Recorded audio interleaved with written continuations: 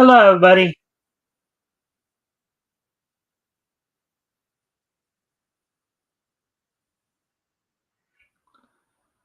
All right, happy Friday as we are getting ready for the weekend here.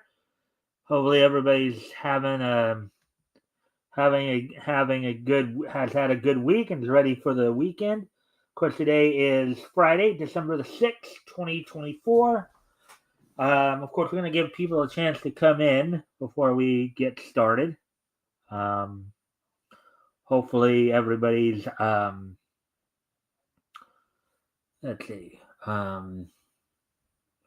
We wait here for people to come. Da da da da da da da da da da da da da da da. Singing in the bathtub, rigging on you. Everyone's laughing at you. So before we do get started here, just as I said, just waiting for see if more people show up before we get started here.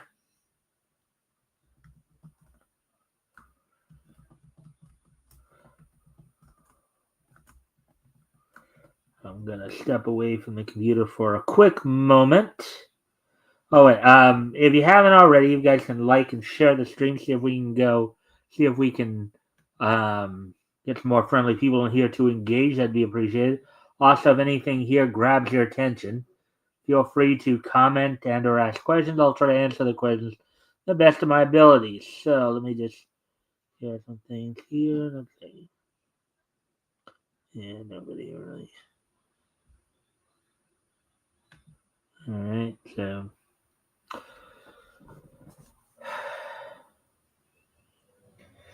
All around the mulberry bush, the pop goes the weasel. Everyone's harried up. Pop goes the weasel.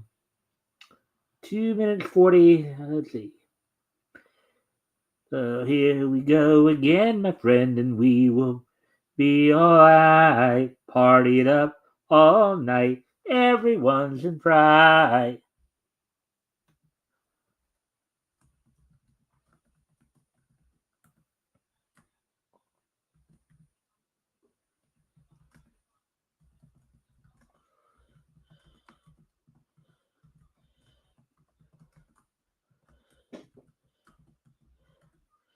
All right. So with that being said, so we're up to 3 minutes now. So I'll go ahead and talk about what's on top for tonight.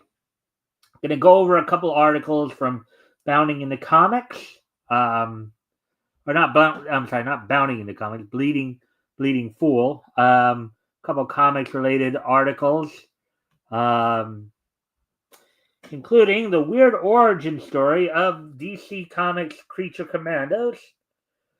I'll be looking at that. Also, what's this? Trump Braveheart respects Trump supporters and approves of sexy variant covers. We'll see what that's all about as well. So, let's see now. Aside from that, of course, we'll have the wrestling wrap up. We'll look back to last night's TNA Impact, as well as look ahead to this weekend's AEW action. As we'll actually look at both Rampage and Collision this week. Is Rampage is going to be continuing with some Continental Classic matchups, so we'll be looking ahead to those. Caught up on all the WWE news as well, and then of course we'll have this day in each history. So with all that being said, as coming up on the 5 minute mark here, why don't we go ahead and get started then? Get to our first article here. As soon as I pull it up, of course.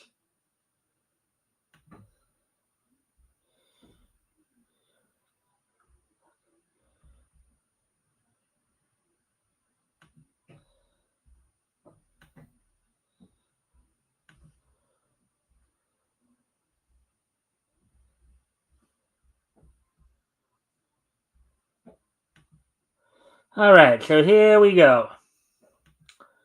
The weird origin story of DC Comics Creature Commandos.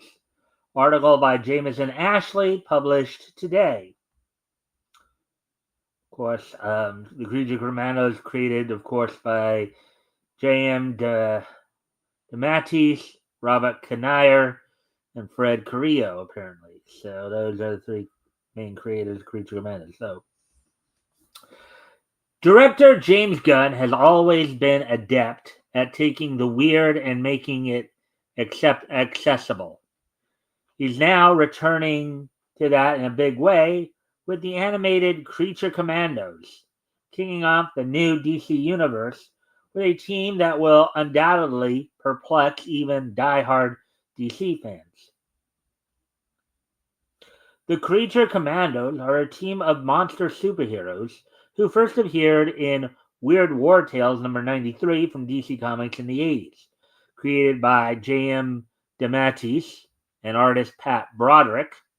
The team consists of Killer Croc, Bane, the two who are from, of course, Batman's Rogues Gallery, Frankenstein, Rip Jord, and Deadshot. They got three Batman villains on that team. Okay, or at least names of Batman villains. The team were featured in a backup story in Brave and the Bold number 200, and it was intended to be a more lighthearted take on the superhero genre during the height of the monster craze in the 1970s.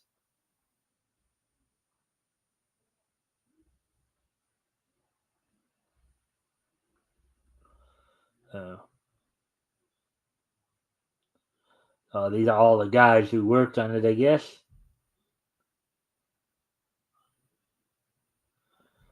Hmm.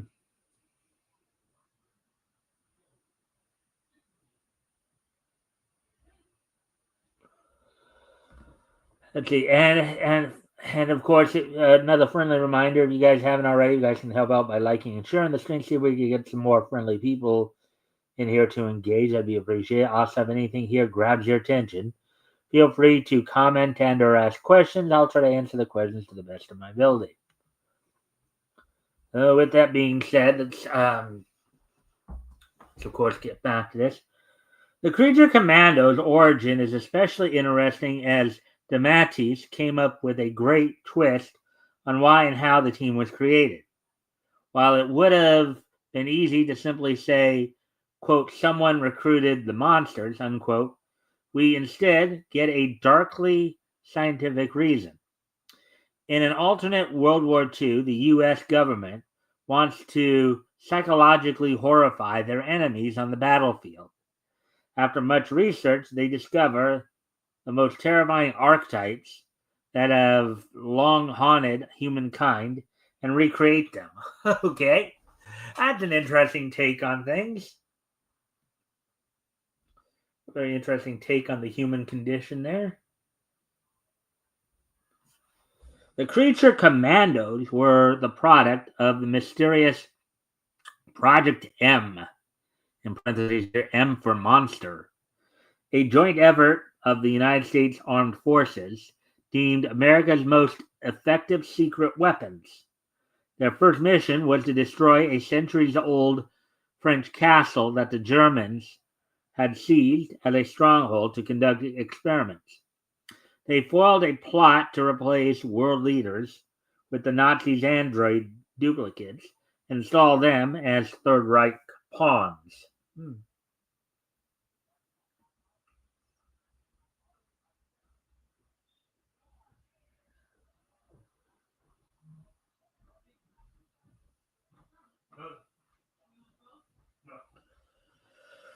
Hmm. See if any said anything yet. No. All right. With a B movie premise and anti-war message, it's easy to see why Gunn wanted to adapt the tale and team to animation. Reluctant heroes, monsters with golden hearts, abused soldiers, and prisoners. We've seen Gunn address these topics in his superb The Suicide Squad, And here the analogies become textual when the creature commandos are compelled to fight as cannon fodder for their country. Written and executive produced by James Gunn, the 7-episode adult animated series picks up after the events of the Gunn-directed The Suicide Squad and Peacemaker, and sees Amanda Waller form Project M after Task Force X is disbanded by Congress. Waller recruits Rick Flag Sr. to lead the new task force of incarcerated monsters recruited for missions too dangerous for humans. The Bride, Frankenstein, Nina Mazursky, Dr. Phosphorus, and G.I. Robot and Weasel. Okay, Dr. Phosphorus, again, another Batman villain.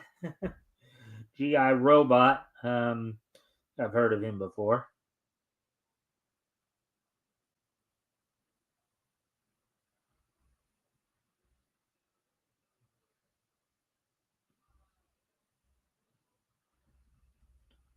All right, just looking.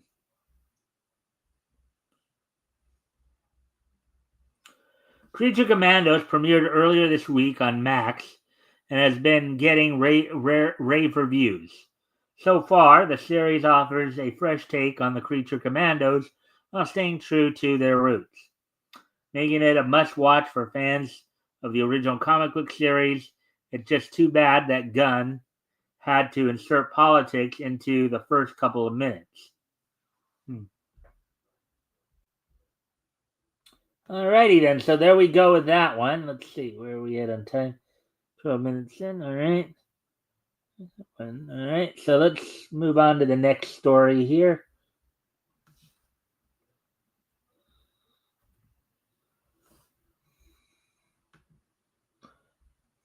Alright, I believe this one's an Avi article. It might take a little bit longer to read. Let's see, what's this? Tom Brevoort respects Trump supporters and approves of sexy variant covers?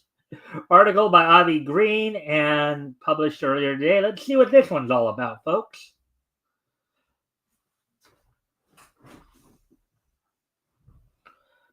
I looked at 2 letters and the responses written by Tom Brevoort on his Substack site recently and was pretty surprised to discover he actually published a letter written by somebody who understood why Donald Trump was elected. Now, this is probably from the letters that he's citing here. I don't think it going to be apocalyptic, as you might think. And the American people have voted largely for this election is that they were not happy with the current administration's handling of the economy. A majority of Americans, from the regular American family, minorities, and even LGBT, even turn out to vote for Trump. I guess LGBT means lesbian, gay, bisexual, I guess, to vote for Don. I saw a video where gays and lesbians were fed up with gender-affirming care for underage children. They were okay with the gay marriage, but when the transgenders and others forced that on children to transition, it upset them.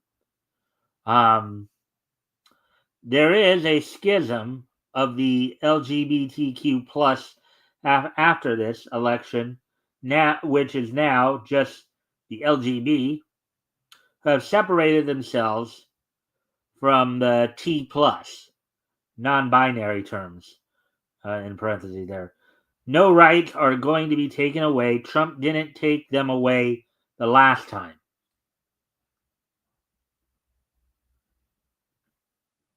And then this is from, I guess, further from the letter responses, as it were.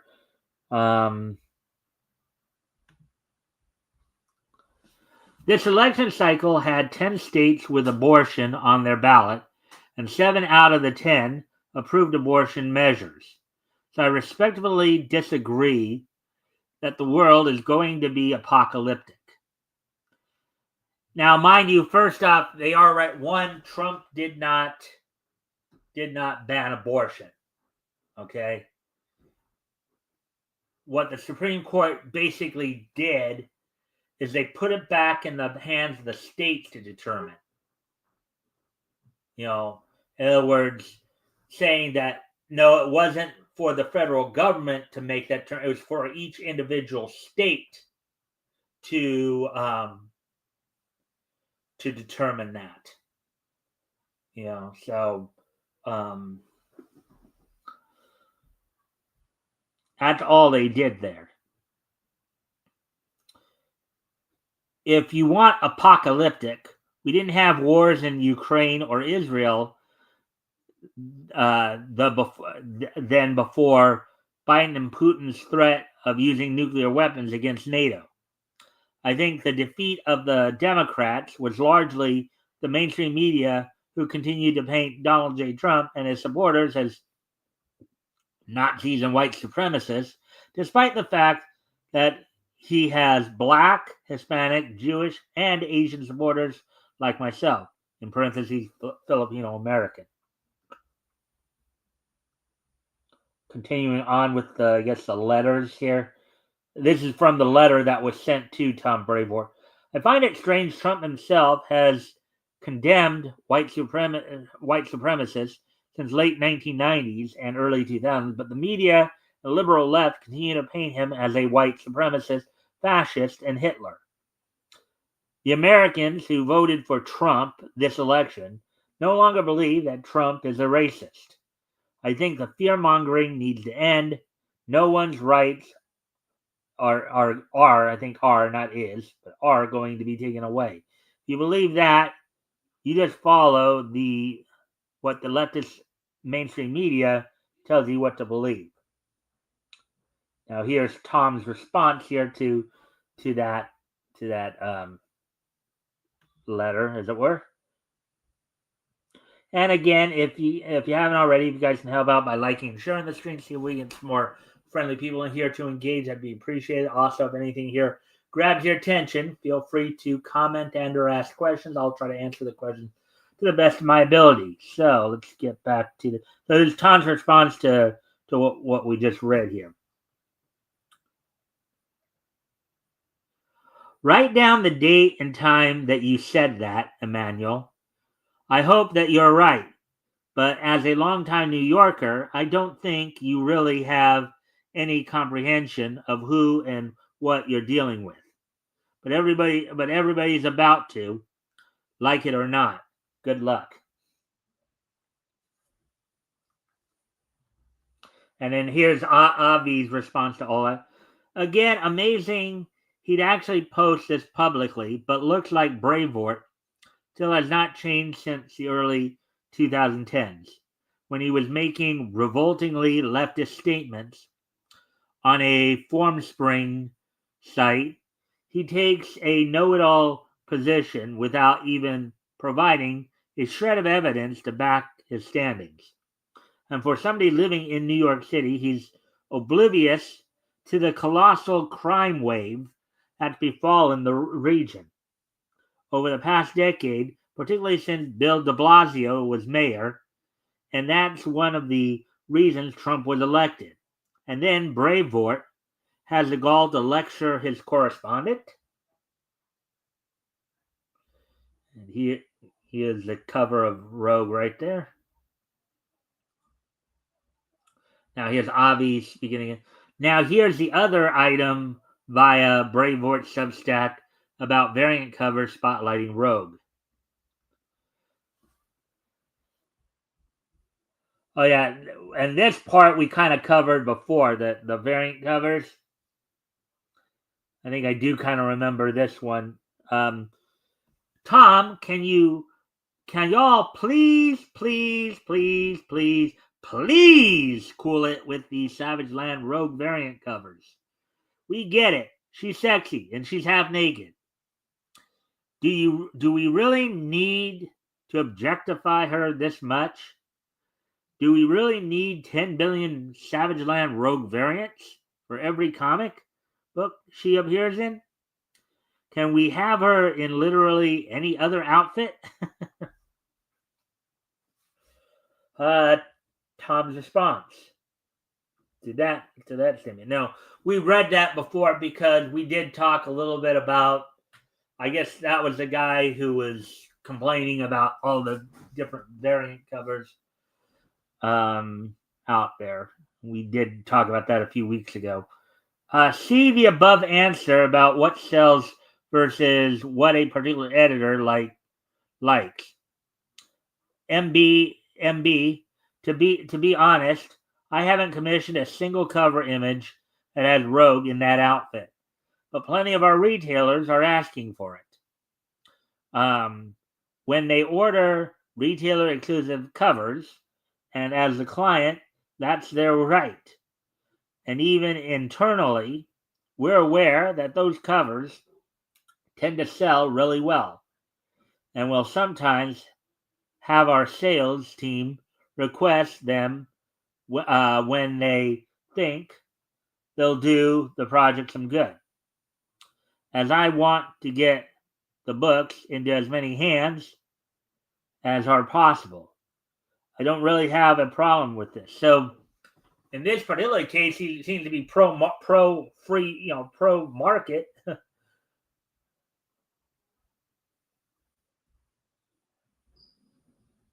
And then let's see Avi's response to this. Let me at least double check first, see if what we may have here. Okay. Well, it sure is surprising he's willing to defend hot pictures of women like Rogue, considering how bad the artwork inside the comic became in the past decade. As it came to PC and hired artists with terrible quote-unquote talent, what occurred under Axel Alonso when he was executive in charge was nothing short of a fiasco. And it did cost them considerable support. One more reason, it's a shame they're still around to market the woke propaganda even Braveheart himself may still be comfortable with. But while the covers themselves for this new tale may be great, chances are, unfortunately, possible the interior art will be awful. And that's why, if anybody wants the cover art of Rogue, it would be far better if they just saved copies of them from the web and not spend only so much money for a story that could be an utter letdown, which won't be a surprise considering how bad the modern Marvel staff are. That's something Braveheart's newsletter obviously won't dwell upon, and no telling if any reviewers who take a look inside the book will make objective points to that effect. In the end, Braveheart has, if anything, made clear he hasn't really changed since the past decade, when he first went overboard with his reprehensible leftism, and no chance he'll change that part soon either. All right, so there we go with that one. Let's see. And we're like 24. So let me look around and see if there. Let me look around and see. See if I can find. No, I'm gonna actually. What I'll do is I'll probably put some music on for you guys for a moment while I look around to see if there's anything more to read. I'll be right back.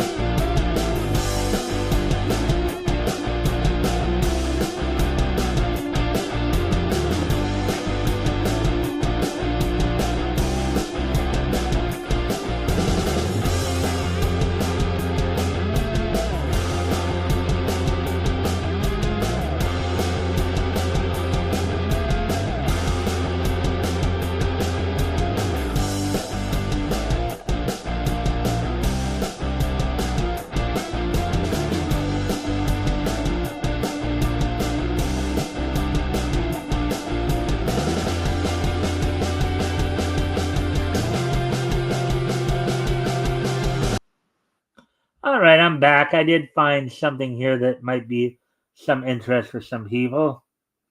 Um, yeah, I'll even pull it up.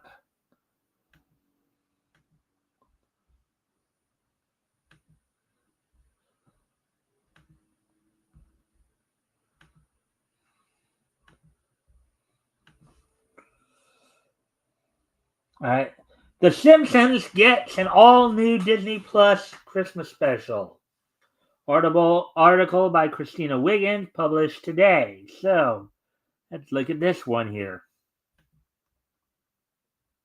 For the Simpsons fans out there in particular, The Simpsons is coming to Disney Plus later this month with a brand new Christmas special, and now fans have gotten the first look at what to expect from the exclusive new episode. The Simpsons is currently working through season 36 of the long-running animated series, and it will actually be celebrating the 35th anniversary of its original debut broadcast. This is all going to be coming full circle with a new exclusive Christmas special coming to Disney Plus that will be releasing on the anniversary of the very first episode of The Simpsons overall. It's going to be a great time for the holidays. The Simpsons will be airing a new Christmas special episode on Disney Plus this December 17th. So let me see. That's 11 days from now. So basically a week from this Tuesday. And it'll be a double-sized episode titled "Oh Come On, All You Faithful," quote unquote.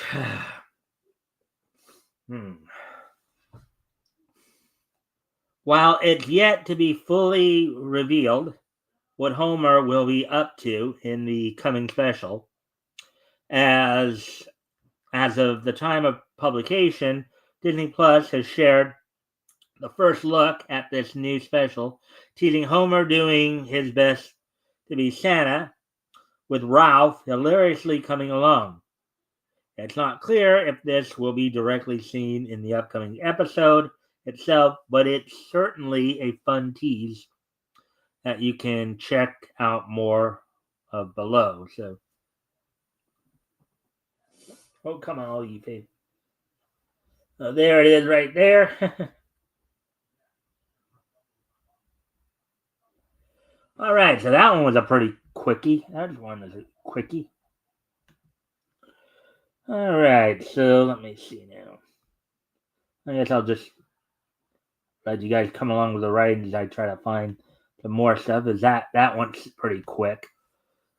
And I'll go check some other sites out to see what we may find. Hopefully.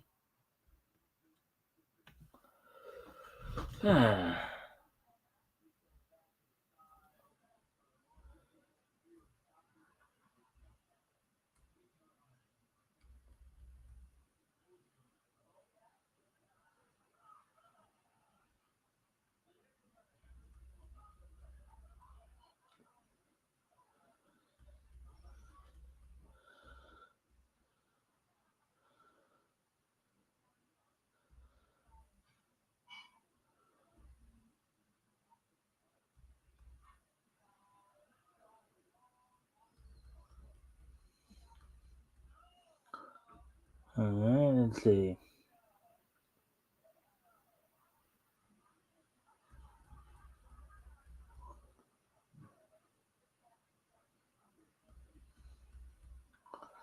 All right, so nothing really there.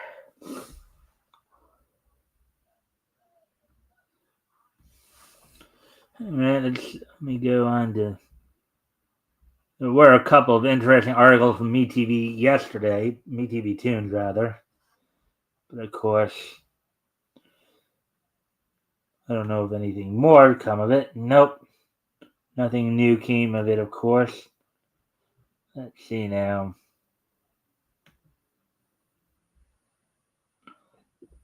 Then let's go back to, well, let me actually go over to the Critical Blast site, see if there's anything there might catch my attention.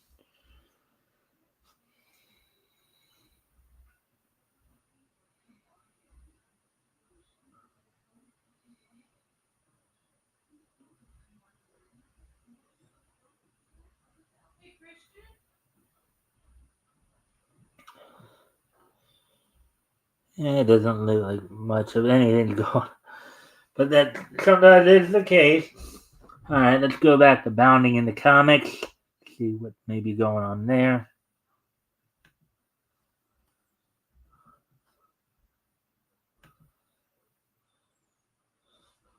Yeah, nothing new there. I pretty much know that much. All right, so I think we pretty much caught up on all the main niche news. Let's see. Let's see now. Well, what can we talk about here? Okay, let me see.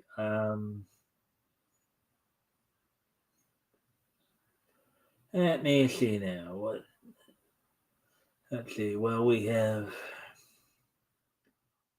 I guess we'll get. I guess we'll get started here on the wrestling wrap up here because there is some stuff happening over the weekend here. That will probably give us some. Probably give us some.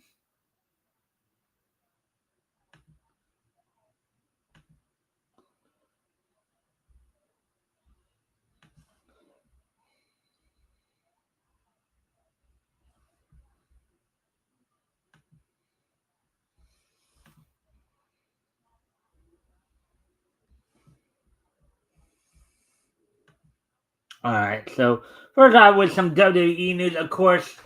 More names are being announced for next Saturday's Saturday night's main event, the premiere of the new version of it. And of course, it already been announced that Jesse Ventura will probably be making an appearance there. Now there's talk that the WWE is in talks possibly with WWE Hall of Famer Hulk Hogan to bring him back, to celebrate the new new version of it coming out, premiering next week. Let's see now. Oh yeah.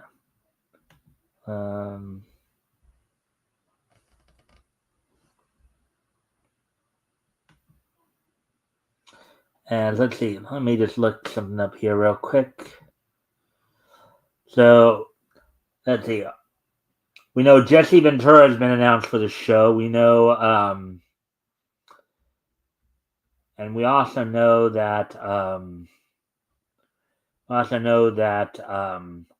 they are in talks with Hulk Hogan. Some of the matches already being announced for that. The women's United States title tournament final match will be taking on. Of course, the women's United States title being announced for SmackDown, and the women's Intercontinental being announced for Raw. In a match for the WWE Women's World Title next Saturday, Liv Morgan will be taking on Io Sky. Gunther defends the World Heavyweight Title versus Finn Balor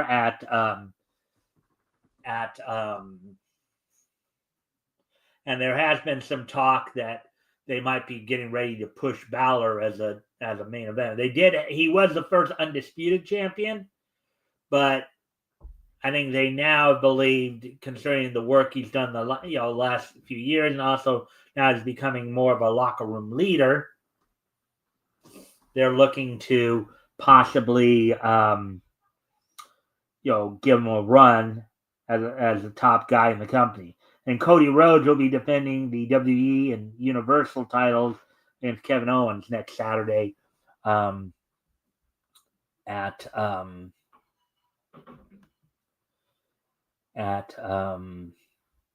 night's main event.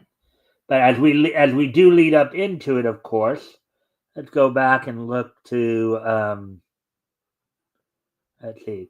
Well, on tonight's edition of SmackDown on the USA Network, there has been some talk they might be extending that to 3 hours. From the Target Center on USA Network, in another first round triple threat match in the Women's United States Tournament, Naomi will be taking on Elektra Lopez and Tiffany Stratton. Tiffany Stratton, of course, still has not cashed in her Money in the Bank,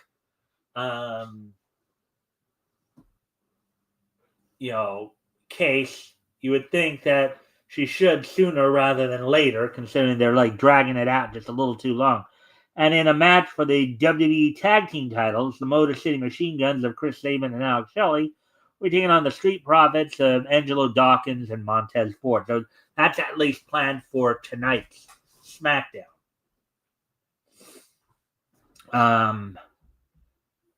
So let's now go back to, of course, last night's.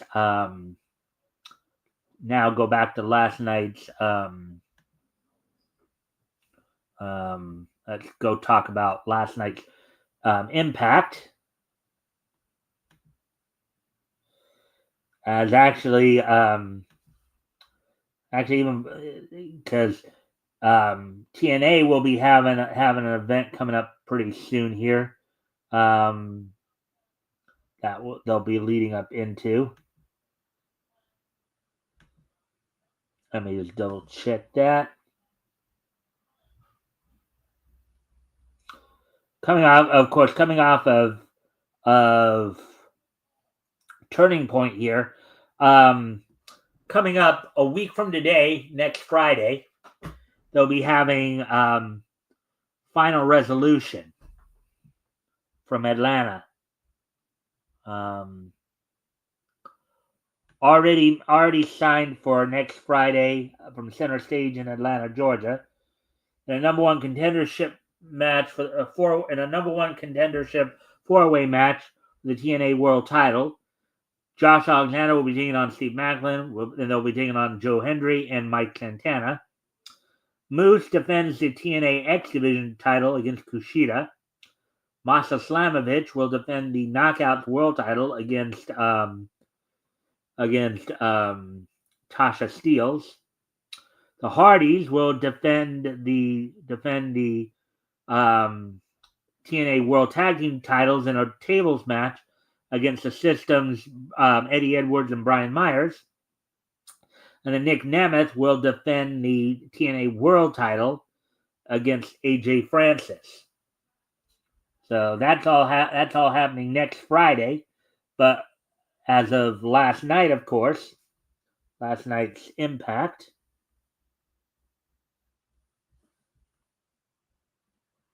Let's see.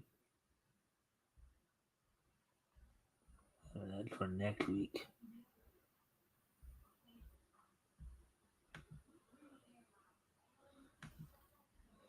As of last night's Impact, of course, Kushida had earned that number one contender, that match with Moose by defeating Ace Austin, JDC, Leon Slater, and Trent Seven in a five-way number one contenders match. PCO teamed with current digital media and the national champion PCO teamed up with Sami Callihan to defeat the Good Hands. The match that led to the tables match being announced was the Hardys had defeated the System via DQ after, I guess, the System put the Hardys through a table. Tasha Steelz defeated Jordan Grace. And in the main event, Frank Kazarian and the Northern Armory defeated the TNA veterans of Jonathan Gresham, Steve Maclin, Mike Santana, and Eric Young. So that all happened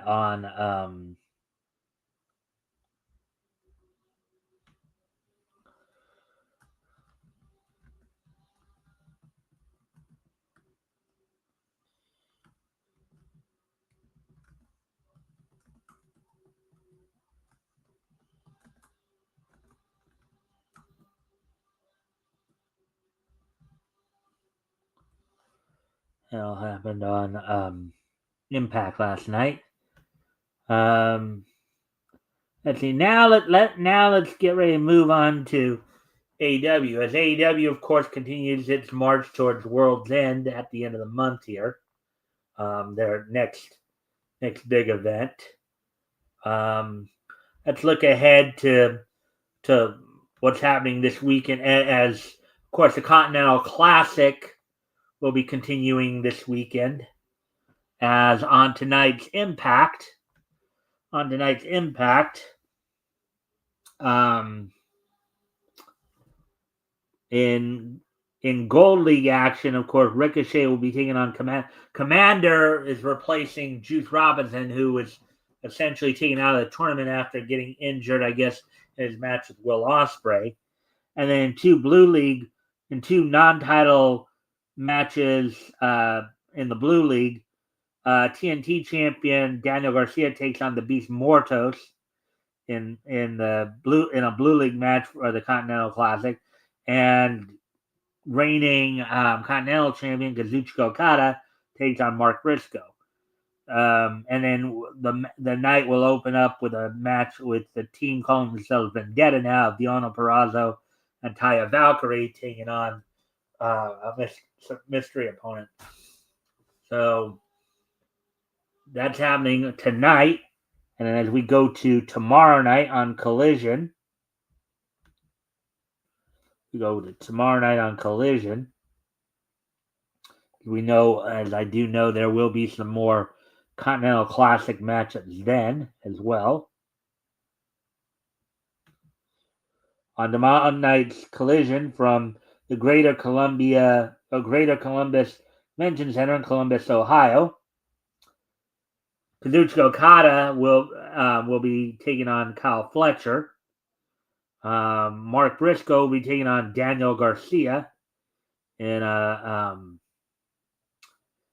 his second straight match. Darby Allin will be taking on Commander in a qualifying match for the Wrestle Destiny International Women's Cup, the semifinal match. Serena Deeb will be taking on Willow Nightingale.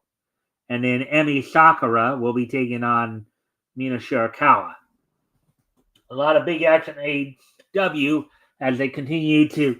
So the next couple events AEW will be involved with, of course, will be first off at the very end of this year, I think the last week of December, they'll be having World's End. And then Wrestle Destiny, I think, is a Japanese event that happens just after the beginning of the year. So, so I have a lot to look forward to from AEW there. Let's see now. Okay, so yeah, 42 minutes. Okay. Yes.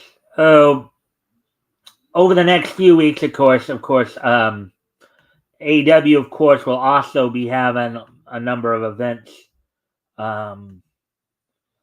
Like next week, starting on the 11th, they'll have, of course, in Kansas City, they'll be having the tapings for Winners Coming on next week's Dynamite.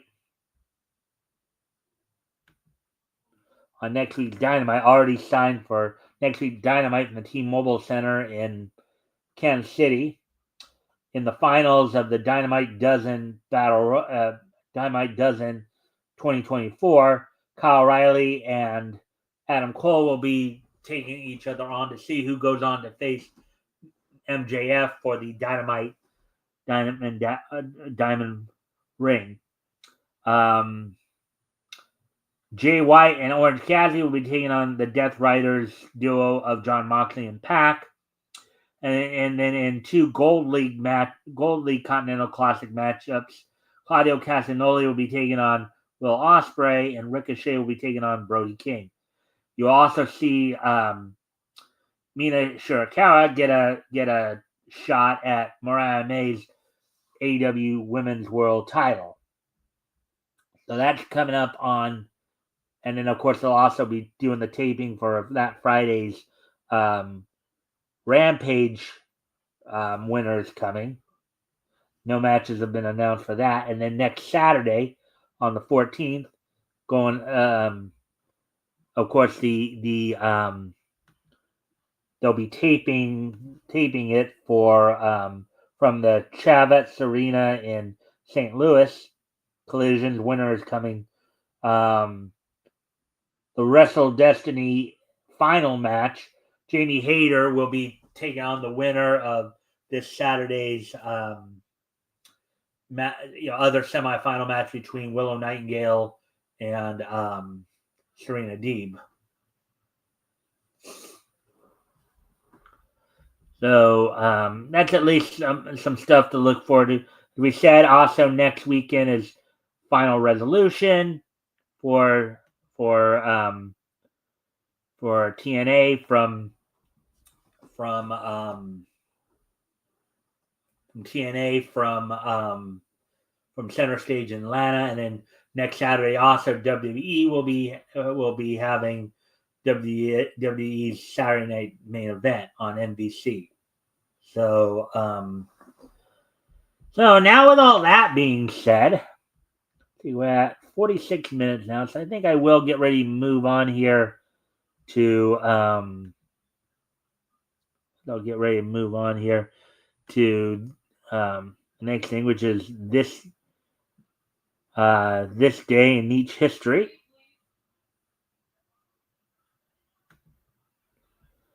So today is Friday, December the 6th, 2024. So let's take a look back at this day in each history. History! So 2014, 1954, and 2014. All right, so that being said, first off, I'm going to head back 70 years ago today, back to 1954. On this date, 70 years ago today, one of the passing of one of the pioneers in the cartoon animation history, Bill Nolan, passed away at the age of 60 on this date, back 70 years ago today. Bill Nolan was an American animated cartoon writer, animator, director, and artist. He also did some voice work. He is best known for creating and perfecting the rubber hose style of animation and for streamlining Felix the Cat. Now, also he did a few times provide the voice of Oswald the Lucky Rabbit in some of the Walter Lantz produced Oswald cartoons when they went to Universal. So 70 years ago today, animator Bill Nolan passed away at the age of 60.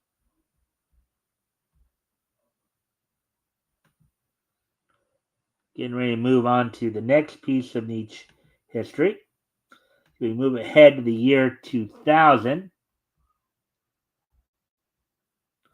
On this date, 24 years ago today, in the year 2000, the 165th issue of Volume 2 of Superman DC Comics went on sale on this date back in 2000.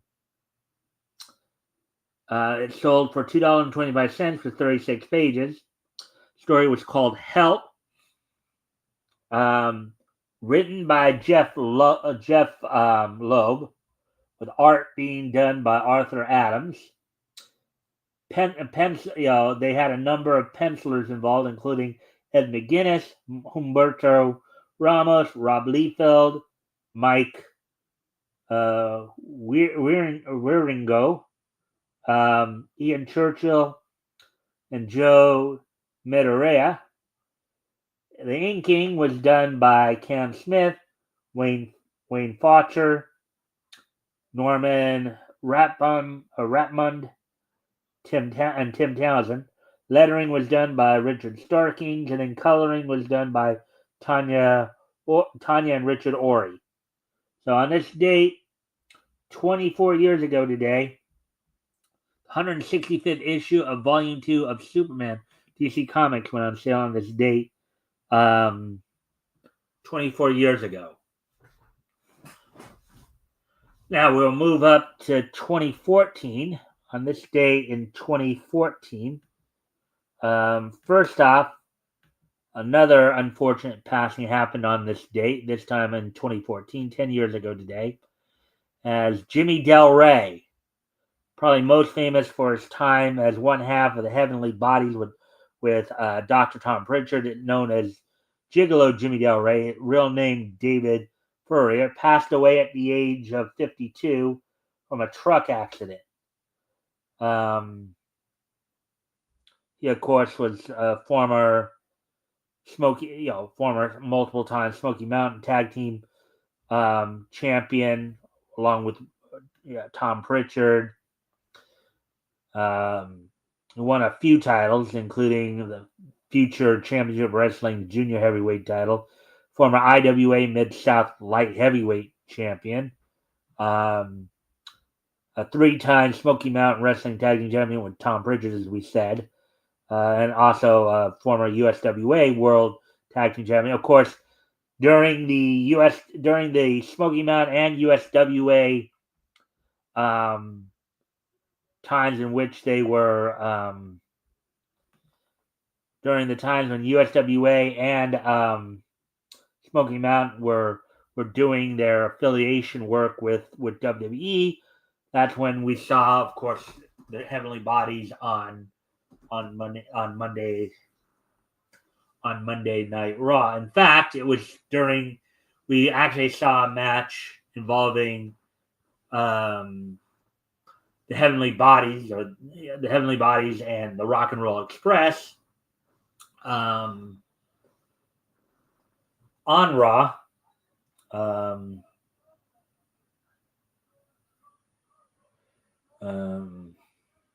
During the whole NWA invasion angle back in the 90s. This is, of course, before the Alliance, before WCW and ECW and the Alliance, all that. So that happened so 10 years ago today, Jimmy Del Rey passed away at the age of 52. And finally, 2014, well, normally we would say 2014 was just so nice that we're going to hit it twice.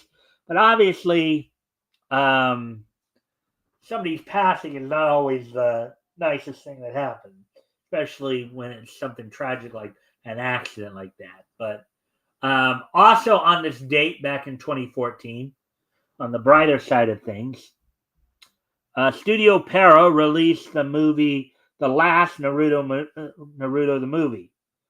Of course, it was based on the Naruto series. I believe this was where they introduced Boruto to the world. But on this date, 10 years ago today, The Last Naruto the movie premiered in Japanese theaters. So with that, I do thank everybody for being here tonight. I hope everybody enjoyed the show. We'll be back here on Sunday, of course, as Apex from Apex Comics will be joining me, as we will be looking at comics that went on sale in April 1940 from Centaur Publications. We'll be continuing our look down Comics History Lane.